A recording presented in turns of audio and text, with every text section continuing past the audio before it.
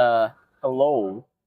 Kinakabahan Welcome ako. to another episode of Surviving as an Artist. Yes. This time I'm with my uh, now Visayas friend, Wow. si Faye. Wait, give a quick introduction muna Hello. who you are. Hello. Oh my God, nagalaw yung bunganga ko. I can't stop looking at the thing. Oh, new technologies. Anyway, hi, I'm Faye. For if that name is familiar, I'm formerly of Ligaya Comics back in like 2015, no? 2015, Indiket. 2015 yung nag-start, I think. Tapos, mga 1 year lang after or 2 years. Yeah. But 2017, I think 2017 we all stopped doing our series. Yeah. By 2017, because I remember I moved here end of 2016 sa Visayas. Okay. But I was formerly from like Binyan, Laguna. So I'm from the Southern Tagalog.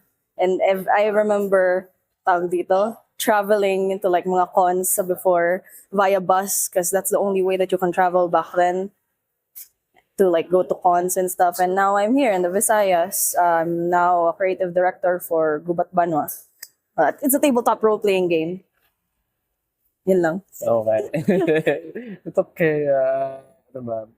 So, the podcast focuses on on just getting to know like how you started out being an artist.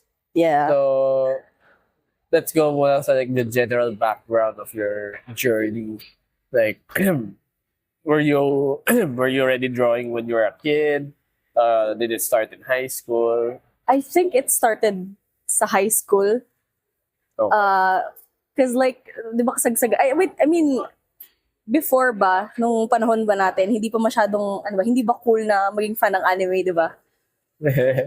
So, alam mo yung like, uwi ka sa bahay, tapos makikita mo sa hapon yung mga anime. And then, like, on the weekends naman, that's when it all started. Like, naalala mo yung K-Zone na magazine ba? Yeah. I used to collect that growing up. Same. And which then, kasi what I did before, nako, magiging ma-expose ako sa tracer when I was a child. Like, I would get like bond paper, yung manipis-nipis na bond. Kasi layer ko sa Witch na to trace na, ano nung Yung witch, yung witch na... Yeah, yung Witch na comics, yung WITC. Yung French ba yun? I think. Yeah, I think it's French. Same lang siya sa Monster Allergy eh. Oh yeah, I also collected Monster Allergy. Yeah, I was happy nga when naging cartoon siya. Yeah, same. God. I miss that so much. Pero yeah, going back sa K-Zone. Doon ka naging interested in Sa mga art?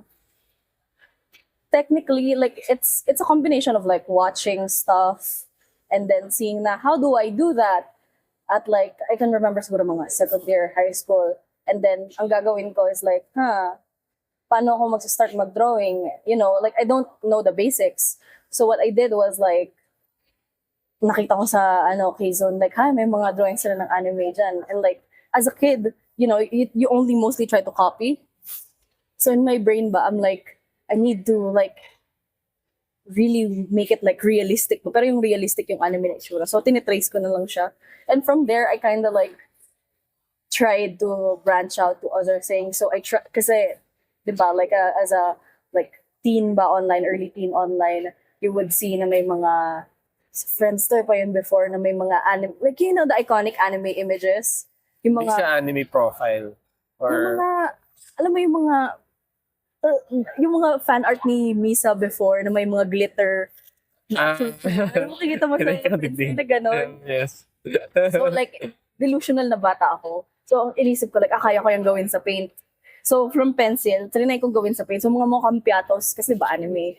Yes. Yan yung yung iconic yeah. Beginning of Exactly. Yun mismo. So, bale, it's almost the same as everyone na ayun nga, nagdodrawing ako ng anime na mukhang piatos in high school. And it progressed. It got pretty bad, quote unquote, pretty bad. Na when I got to 4th year na and my mom asked me what I want to do for university. And like, through tears, kasi pag tulog na yung pamilya ko, like I would research on the computer. And it's not that late kasi I'm a teenager pa, so it's mga 10 p.m. And then I'm like, oh, I want to go to Manga University. Manga University. Oh, kasi like ni-research kayo, like, oh, meron palang course ganito sa Japan. Oh, mom, this is what I want. And they were so, I want to know yung reaction ng parents mo about it. they were so disappointed. They were like, Japan? It's so funny because like, I don't even know Japanese, pero like, the only thing that I have for going for me is that I'm delusional as a child. No, That's it's normal, actually. Hmm? I feel like it's normal being delusional as a child. Yeah, it is. Grabe, ang dami nating No, cringe memories. cringe memories for real. So what happened? High school to or high school to or It was high school. I was at my senior year, so I was like 15. No, I was 14. 14 then. Kasi like, I don't know, na push ako. And so accelerate pala. That's another thing.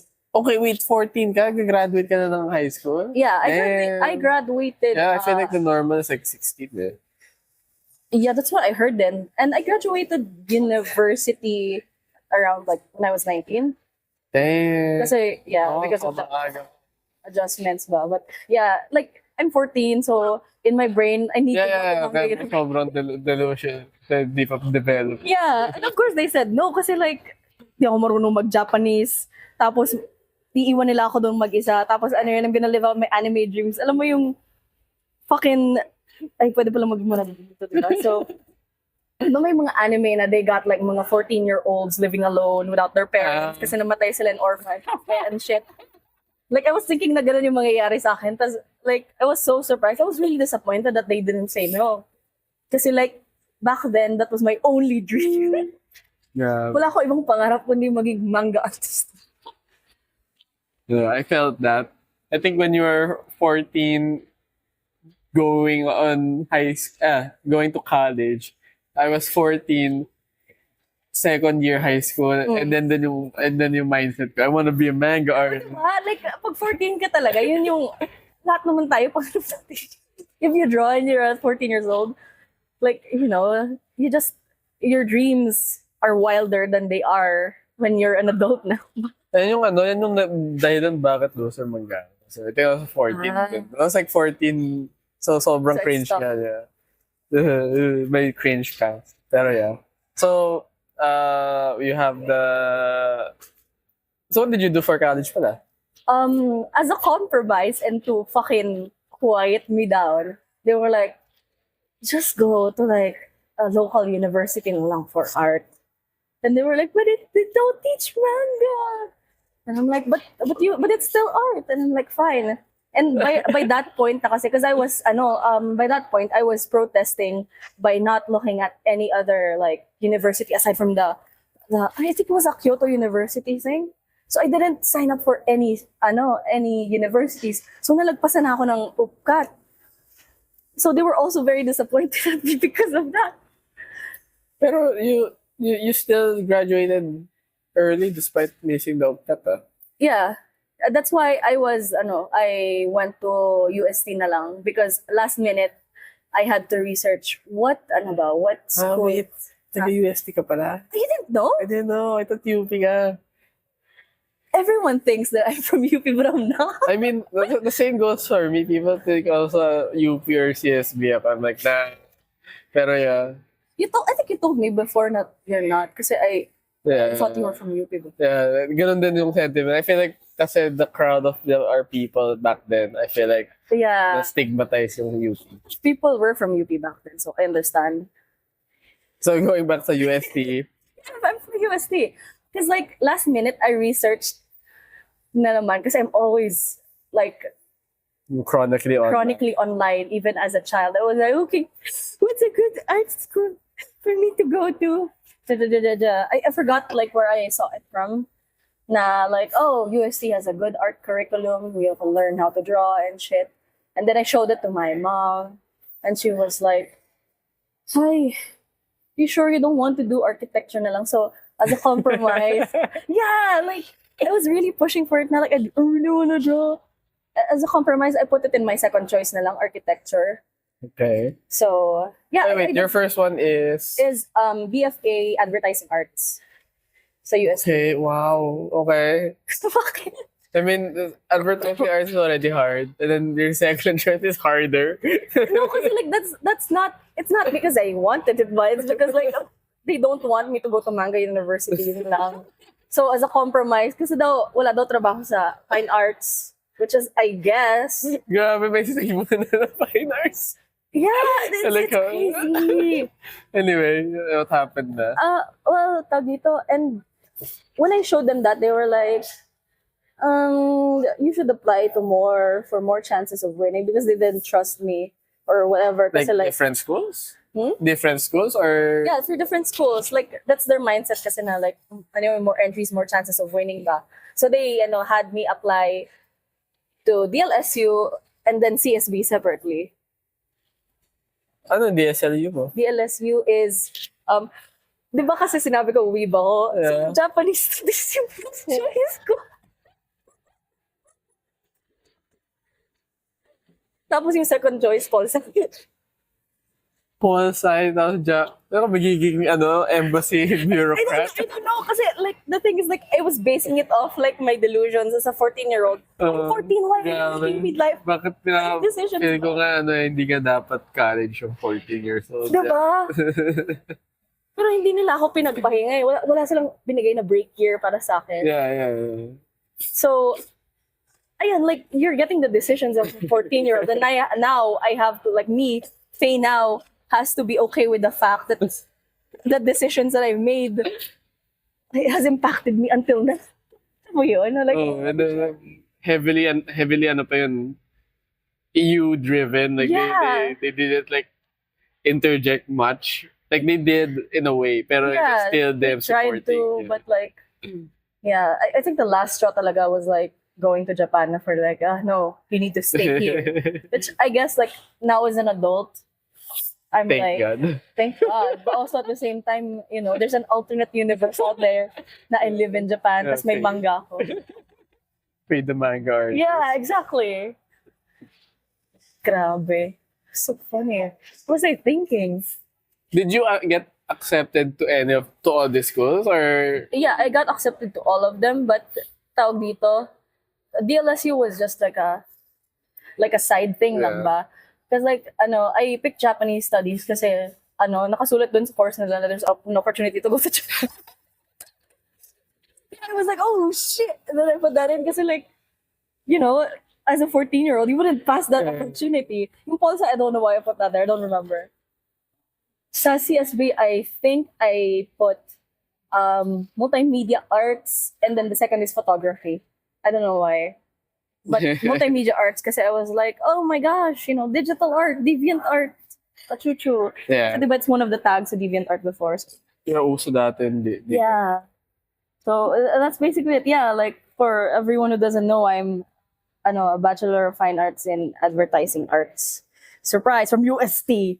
When their curriculum was still sobrang, their curriculum back then was fucking, parang dinidikdik ka kasi like you had to learn how to sculpt, you had to learn how to So it was still majority fine arts. yeah, very very classical. We only had two na third year yon, yeah.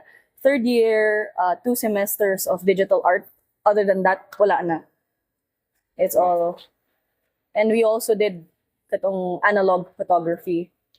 So nag-inhale kami ng fumes. Like being in art school, you just inhale a lot of fumes. Yeah, that's paint already. Yeah, paint, mga chemicals. Tapos meron pa kaming yung found sculpture. So we had to go through the trash to make sculptures ba. Kasi that's one of the materials thing. Kasi it's materials. You can find materials in everywhere. One man's trash. Ay, tama ba? Oh yeah, one man's trash is another man's treasure. And it can be turned into art. Some shit like that ba. Okay. It's crazy. Don't go to art school, kids. And after art school, nag-work ka ba as an artist or... After art school, I was jobless for 9 months.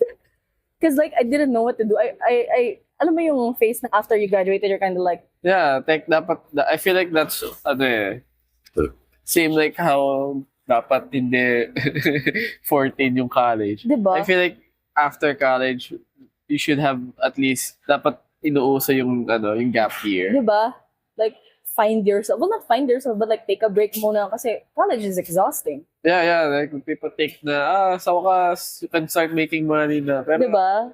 I mean, yes, but at the same time, it's who you're wired differently from that time to, Yeah. going to work. Like, it really is different ba sa real world kasi like, university is a very controlled space na, you have your professors, you have these people ba na classmates mo or blockmates mo who are like still struggling ba on like to understand what they're trying to do then. For us, like in the real world, you have like, they're giving you set roles of what you need to do.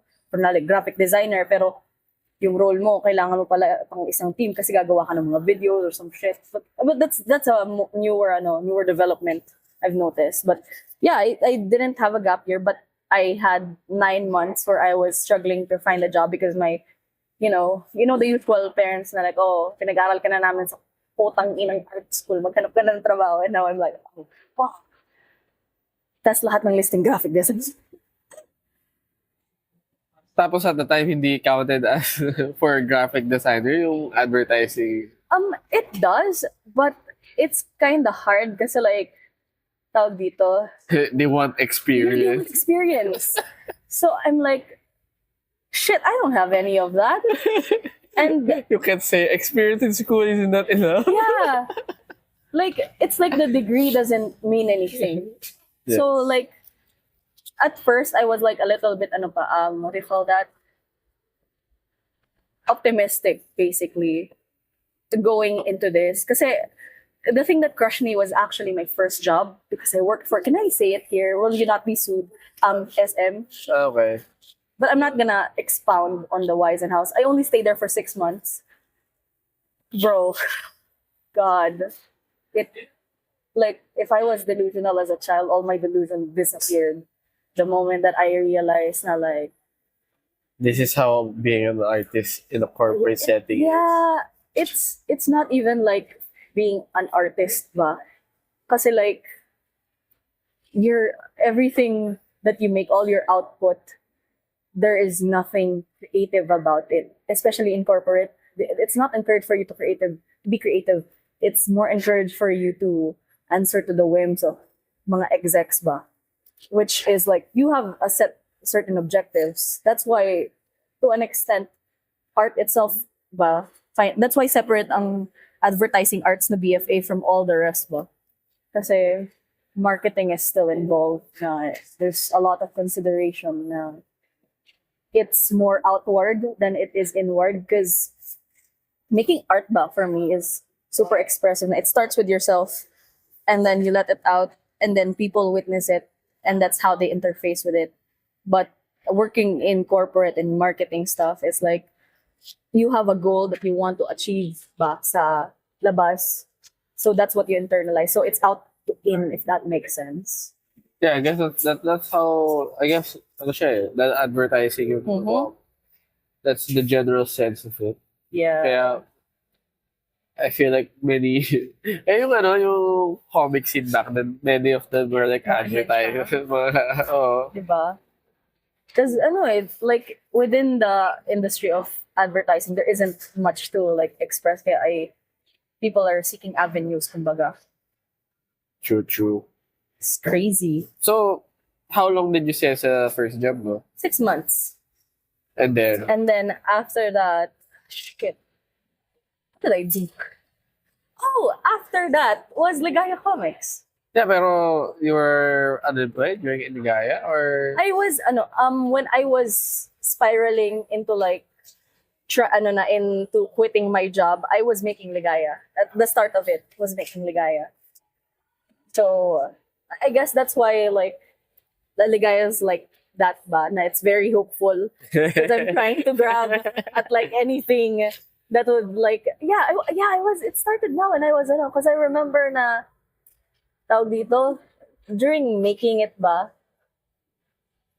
there was a lot of I think that's also part of the story eh. It's about, oh yeah diba, forgot the character's name, but the character finding was like hopeless. Si Igay. Yeah, and then suddenly saw the spirit of Oh, yeah. It's, I guess it is a huge part of that. And also, like, during that time kasi when I moved, kasi di ba, I lived in Binyan my entire life. Sometimes I move around. Sometimes I go to Batangas, go to Bicol kasi some family are there. But I had to live by myself alone, 20 years old in fucking, I mean, to be fair, I did that naman na during college, but like in Pasay. And I consider Pasay as like the butthole of Manila. Yes. I'm no sorry to like mga Pasay people, but it's so traffic there all the time. It's worse now. Really? Yeah. Shit. Well, I'm the one, not the borderline from like Manila and Pasay. Oh. It's like it sucks. But yes. Shit. And I thought it was bad then. Yeah, anyway, it's the butthole of fucking Manila. And I had to live there alone. Kasi, it was already traffic. If Laguna to Pasay ako every day. Kasi the office was in SM MOA. Yeah. And traffic doon parati, di ba? Yeah. So, during that time, I had no choice but to live in that area. And then, ako every day. Mag-commute na lang. Because of the place that I live in, one ride na lang ako sa MOA instead Yeah, of... kasi technically, Pasay na yung MOA. Yeah. So, at least, it was easier, kumbaga. But, basically, being away from all these places and being in the butthole of Manila, it really crushed my spirit. And I guess also the reality of what you call this, being in art school, being thrust into art school, super young, and then being spat out, and now you're in the real world and you're not. And so I quit. And then during my unemployment pala, that's when I was making comics. But the start of Ligaya was when I had a job na. Yung pa-end na mo. Yeah, when I was ready to quit. And then, let's explain mo na what Ligaya Comics is. Do you still remember ba? A little bit.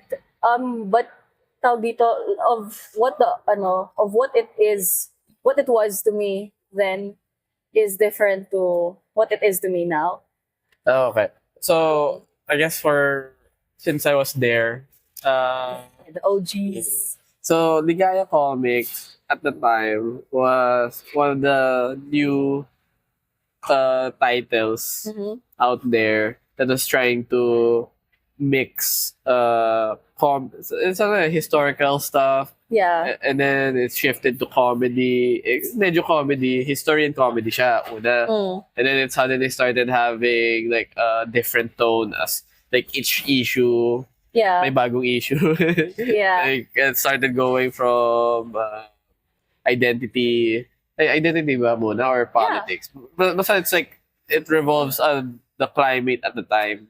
Oh yeah. And so medyo it was good in a way kasi at the time there wasn't much like it's weird that there was not much political comics. Yeah. Even though may mga undertones yung comics, this one was more loud about it. Yeah. And yeah, kaya mas I think that was the time that more people were like active with the comic scene. It was. A lot of people there. Yeah. And then ayun, so the series was like 2015 to 2017. Yeah, 2015 to 2017. Yeah. Sadly, hindi mukhang naging busy yung yung Yeah, I moved here. Hindi, pati rin si Yeah. She's teaching now and Okay. si Adi. Yeah, si Adi. And like it was it was also partly music yun. Meron din Yeah, we had playlist for every character. May for every parang issue. it was weird kasi yung time na I was aware of yung Ligaya Comics kasi kasabay ko nga. I was like, wait, kabatch ko. I was open into like how the comic scene was intersecting or like joining with like other scenes. So it was also like part of like the music scene. And then there's like the the politics side of like the zinesters. So like it was nice knowing na it was like intersecting a lot. Lalo na dahil nga sa Ligaya kasi I forgot the guy's name. So there were like other bands na bigla na lang nagugulat ako na they know you or like Oh yeah. and then We go to their yeah. games and stuff. And vice versa din. I think there was like this weird pop-up I did. Tapos yung tao from Blue Flamingo. Blue Flamingo ba yun? Pink siya, hindi Pink. siya blue. Di ba ang mga flamingo? I don't know, man. I don't know the name of the band. Sorry. Pink Flamingo. Ay, flamingo, man. Oh, Pink flamingo. flamingo ako. Pink- Wala naman yeah. ng color, no? Yeah, yun. Wala pa color, yeah. Oh. Sorry. Oh. Shout out. Yeah. Then, so yung O Flamingo, I remember like, I forgot his name, pero the lead short singer. guy. Yeah. Yeah, sorry. If you're listening, I'm so sorry, bro. But I tanggap naman niya. Yeah. He was the one, I saw him like in the pop-up, and then I was like, hey, recognize you. And then, basta like, it was a good time yung 2015 to 2017 for Yeah. like comics. And yun, para sa akin, Ligaya Comics was like a big motivator at the time. Oh. Yeah. Like, it was, tawag dito, I do look on it fondly, but like, what do you call this? Like, I guess for me, a lot of things have changed in perspective. Like, following late 2017 or like early 2017 ba yun, where yung mga allegations pa against these music people. I think that was 2018 na eh. Yeah, ayun nga. Like after, di ba, immediately after like 2015 to 2017, allegations started coming out. Yeah, I think that's when they were like, I feel like partly fame na yun kasi Yeah. these bands were like suddenly becoming Yeah, super popular. I remember too, was like, the bands that we have featured dun nga sa comics, and we've drawn some of the band members and stuff. Like I have drawn them pala. But I remember like, what do you call this, na in 2018 or like late 2017 na all of it coming out na and realizing na like, shit, so our stuff, like it kind of dates our stuff. Yeah. But at the same time, I see why, we, like, looking back to why we made a big impact. Largely because, like, we were not just making the Ligaya comics. We were also, like, I remember yun araw na mga bayani, we would have comics. Yeah, yung RP. Yeah. Tama ba, RP? I'm not sure. I mean, I forgot the number. But it's still in our page, I remember. Because I remember, like, poring over those, drawing those to make the deadline. But, it's a self-imposed deadline. Yeah. But these are the things that we cared about. And 2015 to 2017, an important thing to note is, like, Yeah, that was also the era. time then ng, around the time na yung General Luna Goyo. Yeah, So big influence. yeah. And it was also the 30 era. So there's a lot of, like it was at the right time, basically. Yeah. Like, if it happened now, I don't think it would have as much, impact ba. But it was just at the right time, and it was at the moment where people were getting curious about where their principles lay, and we hit just the right vein for them to be like, oh, we can approach it in this way, like in a way that's that's Creative. trendy, kumbaga, Ah. quote unquote. Kasi we had me personally, I had a pulse on the trends during that time na, like, when there's something, then I would draw something, then post it. So Kasi ito yung chronically online. yeah. That's where, like, even though I was not delusional na, there was still, when I was much younger, tangina, parang, na ako, 60, Anyway, but when I was much younger during Ligaya and shit ba, like, I realized that I did do so much. Like, I would draw for, whenever may nangyayari, I would draw na, like, tawag dito, like, on top of, like, working on Ligaya pa. Because I remember the time period of, like, releasing comics. Wait mo na. Hold that thought. Sige, go. Hanggang, wait. Okay, sorry. Continue. Okay lang. But yeah, like, I guess with sa trends ba, like, I forgot na. But anyway, tawag dito, I'm just gonna recall what I did back then, which is like, yun nga, like I said, my finger was on the pulse of what's going on sa trends, and I would try to keep up by drawing. And I was a much different person than, like, when we're younger ba. I had not Energy. yeah, no mas ano ko mas and you can't really deal with things ba in one way, which is like that ba, like angry chihuahua energy. But yeah, like, pero I think a lot of it nga talaga was timing. Yeah. Kasi like you said, kasabay nung Luna, ng Goyo. And the cast actually has copies of our comics. Like, Yeah, I think that was a thing also back then. Yeah, diba? The very Filipino era. yeah, it really was. So, ayun nga, like, very loud about it, very on the pulse of things, and very, as much as possible, like, trying to be against the current administration there Yeah. in a very loud way ba. Yeah. Which, I understand naman when you're younger, you have more you have less to lose, charot. But yeah, that's it basically. So a while ago you mentioned about how Ligaya meant to you back then to Mhm. Ligaya right now. So we talked about how impactful Ligaya was for you right now. How do you feel about Ligaya? I still it's mostly focusing on the story itself, because like, diba, the first issue was like Jose Rizal and all that stuff, and funny little things, and getting to work. Wow, segue now. Getting to work in Gubat Banwa or TTRPG, charot. And and like the themes of regional solidarity across the archipelago by the Philippines. It made me realize na, like, especially with Jose Rizal, like, dubbed as our national hero, to the perspective that I have now, it made me realize na, to me, that was me trying to grasp at, like, what's available, what's there na Laguna identity ba. Kasi he's from Laguna, he's from Calamba. Jose Rizal? Yeah, he's from Calamba, Laguna. And like I always say na, like people have always like joked about me na, like, you have a karmic connection with Jose Rizal because you're obsessed with him or something. And I don't know if that's true or whatever, but like generally, like, that's what I hold on to now, na looking at Ligaya, na I was in a shit job. Whatever. Yeah, I was in a shit job. And I was like grasping at something to, like, like, hold on to ba.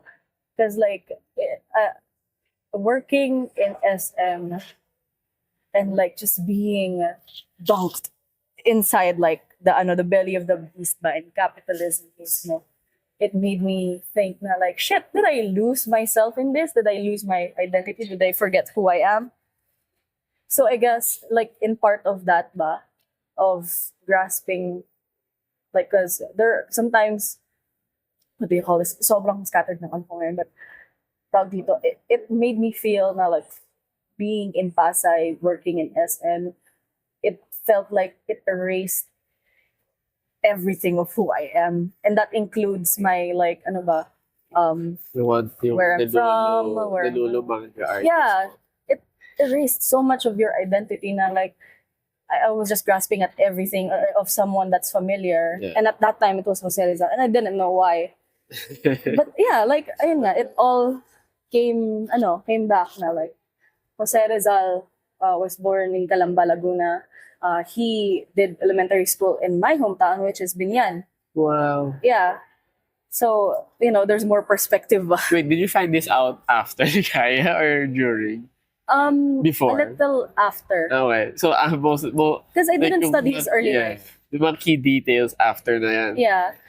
The ones that I know during Ligaya was, like, when he was an adult na. Okay. But him growing up was something that I learned, like, a little later na. So Rizal in Laguna was someone else, and like I always say, Rizal never got to go home because he got nationalized. So he's everywhere but his hometown.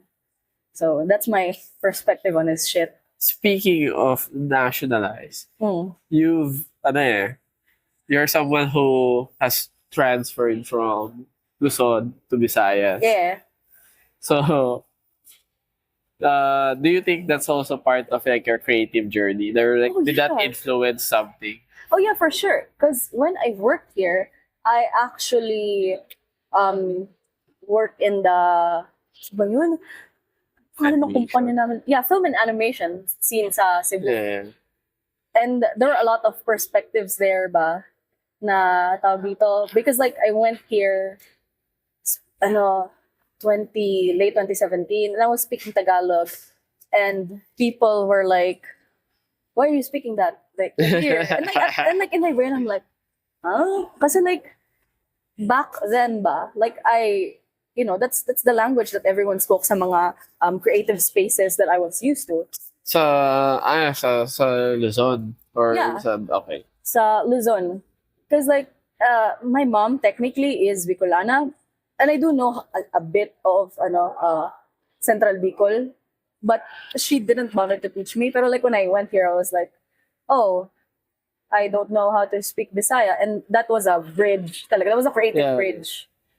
So as I worked here, of course I had to learn because like in respects then to The the whole- place and the people that you're gonna work with, you have to learn. Even though I'm really bad at it, but until now, people usually clock me na I'm not from here when I say like, it's the main difference that they usually is like tricycle and tricycle. Tricycle is Bisaya. But up there we say tricycle. So if you say it with a Filipino accent ba. Yeah. But yeah, like learning to work with people here, and I learned a lot of the regional struggle then out here sa Visayas, and how dito we can have solidarity with them. Ba? Like speaking as someone from Laguna and speaking as someone from Luzon. So I learned a lot here. Actually, that's like one reason that why I kind of like going to Cebu Oh, is it's not there's partly difference lang talaga with like the culture that makes you want to go back. oh yeah. And then like anyway, going back, so the Oh, I want to hear that though. Okay. yung sa work mo here at Cebu, did that start out the moment you transferred or Yeah, because it was an offer sa it's not here anymore because there are no film schools in Cebu anymore aside from like San Carlos, I guess. But it was FMA, Film and Media Arts Academy. I was supposed to be an animator, but when I arrived here, I became a screenwriter.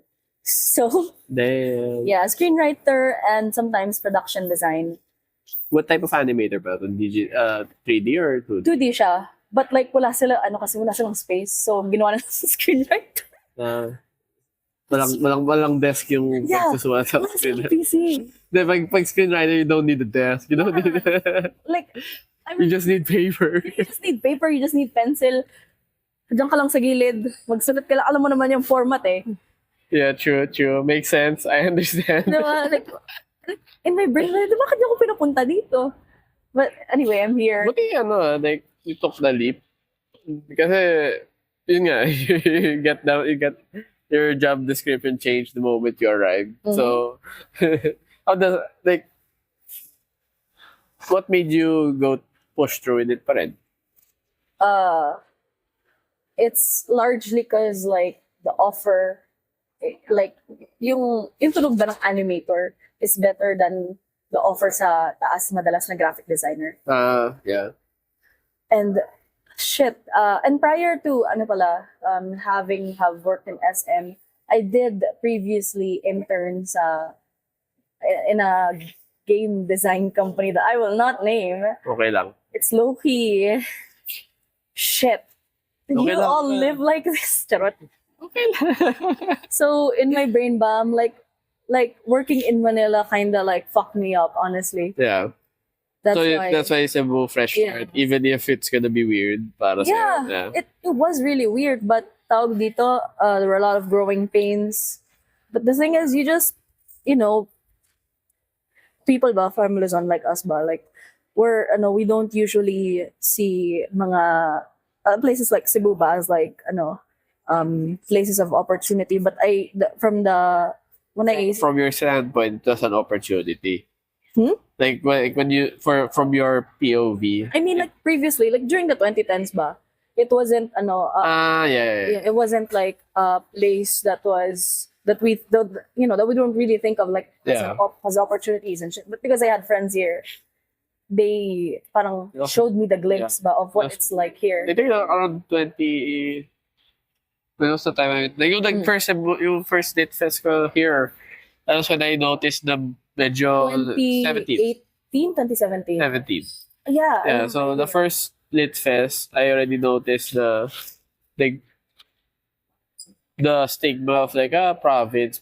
Yeah, diba? It was so gone already. Yeah. Like you had established places, growing communities, Mhm. developing areas. So it's like different talaga. So I understand yung Yeah. yung So the hesitation is there, but like tawag dito, when you get an offer naman that's saying na you can be, an animation creative, it's in a film thing, so there's more opportunity. And I did stay, even though I didn't get, I wasn't a 2D animator because like because of being in BFA advert, it Yeah. taught me a lot of skills that apparently you can use for production design. As bagay, production design is one of the thesis thingies that you can do sa advert. But yeah, like I stuck around, and when when I briefly even taught screenwriting, which is funny. I made my players play do role play, not in the I am a sailor, yeah, I know what that is. but like ayun nga, and I moved companies 2018 kasi Yeah. oh my god, munti ko na mabunot yung damo. Anyway, shit. Sorry. Yeah. In 2018 I moved kasi like one of the Swedish naka-work ng friend ko is like looking for an art director for an animation thingy. And I applied, and then I got in. And man, it was smooth sailing kasi like the Swedish na namin na boss. And this was pre-pandemic pa. It was actually pretty chill that our office had like mga whiskey and and like mga garlic chips, and we had like a 60,000 peso chandelier and a fucking AMOLED TV. No, it's film, bro. Where was this base? Oh, it was in Ayala Business Park. Here in Cebu. Yeah, it was crazy. And we Is had it still there? healthcare. Huh? Is it still there? No, there's only one person left. Technically, a lot of it is confidential, but there's only one person left working for Okay. him. But a lot of us quit now because like I'm not gonna name. You don't like healthcare? No, sige, you don't need to I say. don't like healthcare. I like dying. Basically, the boss got. Like I'm making hand motions and you can't see it right now because my hands are tied behind the chair. Yeah, okay, so you didn't like the workplace. It's like, Yeah. like the workplace. Ano Oh yung my God, like, I'm dying. uh, I should have taken the healthcare. Well, Yeah. Give up the healthcare. Yeah. After that job, ito na yung pandemic time na or I actually just quit like 2024 officially, but from time to time kasi I still do freelance for them. Kasi they have no other art director na animation chuchu ba here in Cebu na that's worked in like mga anisi. Because like my tawag dito, the stuff that I've worked on, nakaabot na ng Busan, nakaabot na ng like Sweden, Canada, France, that type of stuff. so worldwide pa pala eh. Yeah, and I don't usually talk about it. It's so weird. And then suddenly, wala na akong health. Charot. Yeah, yan lang yun eh. Oh, I don't want to brag that I'm featured in these places all around the world. Yeah. I just need the healthcare. No, honestly, because like, man, Europeans and their whims. May ano ba? Potable. Anyway, kasi there was white people kanina. Anyway. So, now let's go to the present. I think present na to, no? Present na. Present na. You are currently sa Gubat Banwa. Gubat Banwa. Yeah. Creative director, official title. Do you want to talk more about that? Yeah. Basically, last year, from last year, I had to step up into the role of creative director for Gubat Banwa. Gubat Banwa it's translated from Bisaya, means warring realms. Kasi Gubat is, can the mic pick that up? Yeah, I was picking it up eh. Sana by recording it gets picked up. But she was slamming. Yeah. Sinuzunto ko yung kamay ko. And Banwa is like basically old like an older word for like, settlement. So that's what it means. It's a TTRPG. It's, a tabletop role-playing game. You play it on a table, on top of it, with your friends. You take on a role. You hallucinate. Well, not really. It's like, I think the people who listen to your podcast know what TTRPGs It's are. like basically Dungeons and Dragons. Yeah. Essentially like the same medium. So that's what where I'm working right now. We got funded October 2023. We got funded in Kickstarter in less than 24 hours. We also found out na wala pala yung Kickstarter sa Philippines, so we had to have a proxy. Yeah. Kailangan ko talaga US box. Yeah. I tried that. Oh, that was Singapore. Yeah, it's either that or you just get someone from the US. Yeah. So it was hard. And until now we're being published by Metal Wave Games. And that's basically it. Gubat Banwa, I don't know if I'm gonna expound on Gubat Banwa kasi medyo nauubo pa ako. Wait lang. So, well, Edit na lang. Ay, wala pa na, no? Sige lang. So, was this project something, were you like, absorbed into the project, or was it something you and your friends started? I was absorbed into the project because as it expanded as it grew, as the scope of it became wider because it was originally gonna be a game that was just murag fantasy nagde-design parang the flex. Parang fantasy Visayas, pre-colonial Visayas. Yeah. But it expanded to like the rest of the archipelago as murag like to include the to so we can all see ourselves in this Southeast Asian fantasy. Okay. Like it's a matter of representation then. And the main reason of why I actually like really jumped in and joined is for once the faction for regional Tagalog is represented. And that's why I was like, shit, I gotta join that. I'm from Laguna. Yeah, kasi what many don't know is Tagalog na hindi Manila is different sa Tagalog around. It is very different. Like words like mantakin, which means sa English is like, could you believe? Or like isipin mo. Mantakin mo is isipin mo. So those are one of the samples. But yeah, like because of that, I was like, oh shit, that's cool. So I joined the project. But recently I just had to step up as creative director. Dati lang ako, putyo lang ako. Graphic design lang. I don't like the title graphic design. That creative director looks better. Yeah. Hey, and recently I haven't been doing any graphic design so I'm happy. Joke lang. No, but creative director kasi you still actually do, but yeah, whatever. Bigger scope lang. Yeah, bigger scope, but But yeah, like it has expanded now. The Kickstarter has been a big help, but we're still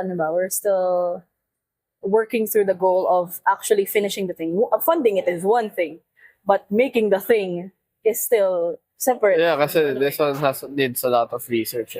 Mm-hmm.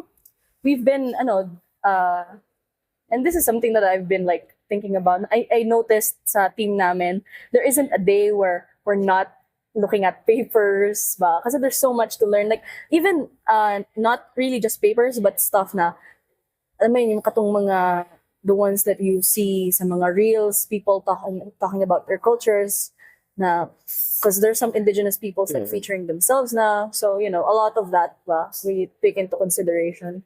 You take, keeping your finger on the pulse sa scene sa Yeah. Manila, nalipat na sa buong Pilipinas. Yeah. Hindi na siya finger buong kamay na. It's, yeah. And, you know, joining Gubat Banwa ba from Pucho Pucho to creative director has been so fruitful. And as you can see, I have, ancestral tattoos. Can't edit that in, Eh, pero sige na lang. may Nakatali kasi yung kamay ko sa likod ng upuan. Gio, pakawalan mo ako. No. Gio, No. pakawalan mo ako You parang have to finish the podcast.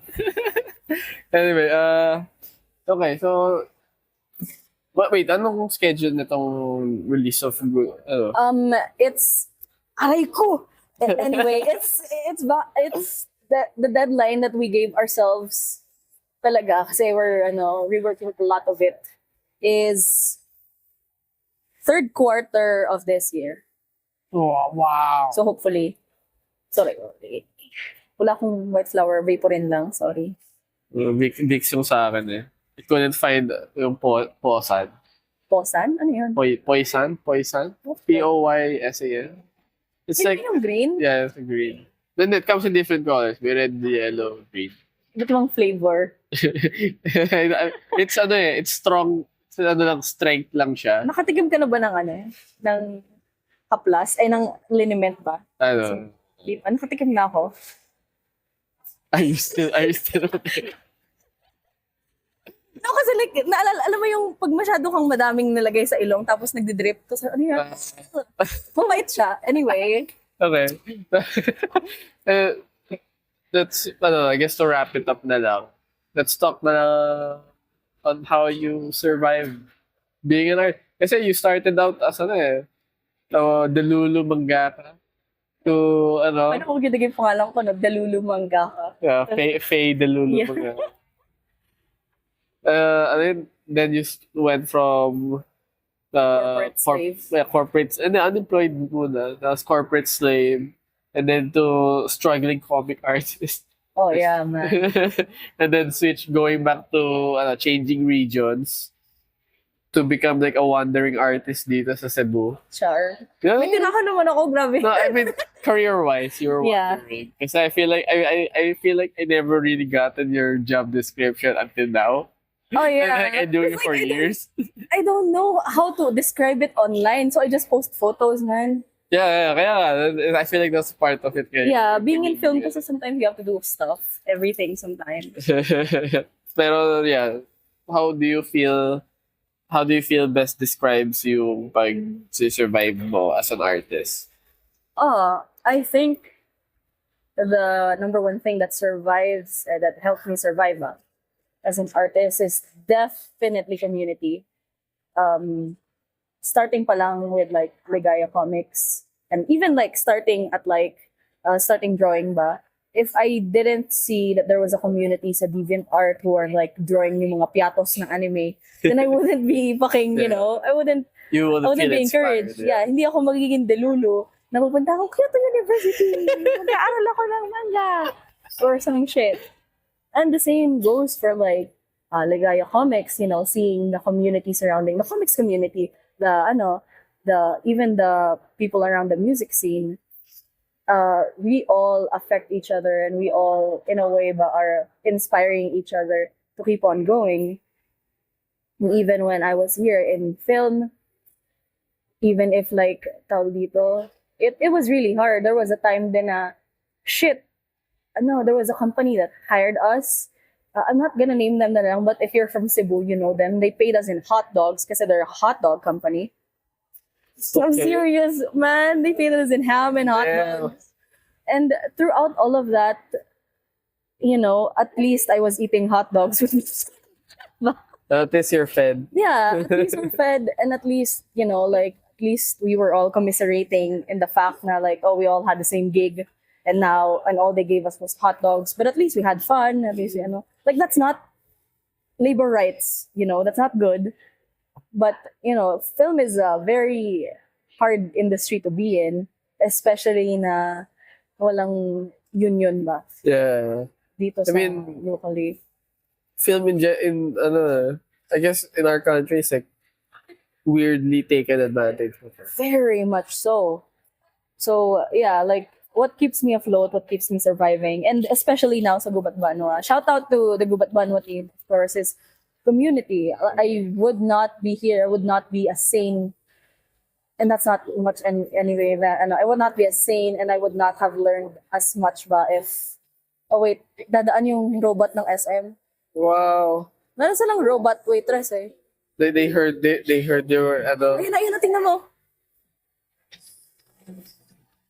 Hello? looking at us. they heard you shit talking them say. May camera yan sa unahan. Yeah. Okay. What was your first time? You're taking Gubat Banwa. Yeah, like, I would not have learned as much ba of, not only my own identity and, night ko yata yung mic, and, the diverse identities and the diverse na cultures throughout the archipelago if it wasn't for like working with a team. Now, you can know about them in a surface level, but to not only knowing but also having solidarity. So, for me, it's community. Yeah. Di ako makagalaw. Ako wala mo na ako, Gio. Kaya dumaan yung robot eh. So I guess that's a good wrap up with your journey. So from making Dilulupiatos comic. Yeah. Pero do you still feel your wait, how long has it been naman? You're 30 na, di ba? Yeah. So it's been, Magka-age tayo, di ba? yeah. Yeah. So you were able to survive longer than me kasi graduate ka mas bata. 2 Grabe years naman. But we're the same age though. Yeah, 30 years. So, same lang then I would say. Grabe. Been through so much. Yeah, it's crazy. And now I'm in Cebu being terrorized by a robot. They heard you talk shit. Yeah, I heard me talking shit and they came over. Grabe. And the robot with a smile on its Yeah, face. it's kind of cute. But it doesn't stop for you. I've seen it. Nakasagasa na siya ng mga random basura on the floor. I saw the same the same robot sa Dunkin' Donuts. Saan Dunkin' Meron sa Laguna, Pasita. Asa Pasita? Yeah, mostly at Pasita kasi. So I was surprised I was eating at one Dunkin' Donuts and yung May robot sila? robot served me. I'm like, wow. Wala nang tao sa Dunkin' Donuts. No, there is. They're at the counter. Pero they serve it by Damn. sending a robot. Grabe, technology. Grabe, Yeah. kumusta ng Pasita? I used to go there a lot. Yeah, it's good. It's good. It's, Dami ng kainan. There's so much food. Oh shit. Kaya I wanted you to join when we were there. Babalik naman ako, I think, this year. Yeah, if ever. That's sana Pero the food there is all it's like Yung mga, all the generic shit lang. ay mga pang social. No. Like there's sangyup, the siomai, yung mga ganun, like there's no Food is specialty. Yeah, It's just all there. food is food naman. Kay, nung panahon ko, grabe para akong mamamatay or some shit. Pero I remember sa Pasita before,